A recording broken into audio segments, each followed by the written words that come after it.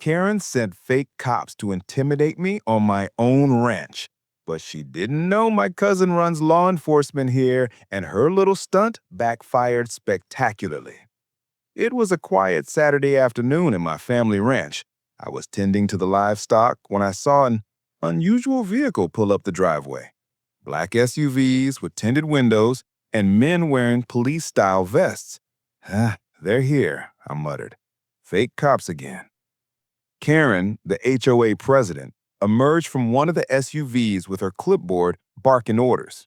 "You're under investigation. You violated HOA regulations." I raised an eyebrow and calmly called my cousin, the sheriff of the county. "Hey, I think Karen's trying another one of her stunts." Within minutes, additional official police vehicles arrived. The fake officers froze when real deputies stepped out, guns holstered, but eyes sharp. Karen's smile faltered immediately. "What's happening?" she stammered. My cousin approached the scene, tipping his hat. "Ma'am, these people aren't law enforcement. And you're trespassing on private property." Karen's face turned pale. Her clipboard trembled in her hands. She realized that her attempt to intimidate me had just exposed her and her HOA to serious legal consequences. The deputies inspected the ranch and confirmed everything was legally mine.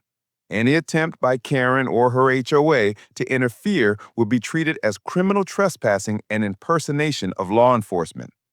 By the time neighbors gathered, Karen's aura of authority had completely evaporated.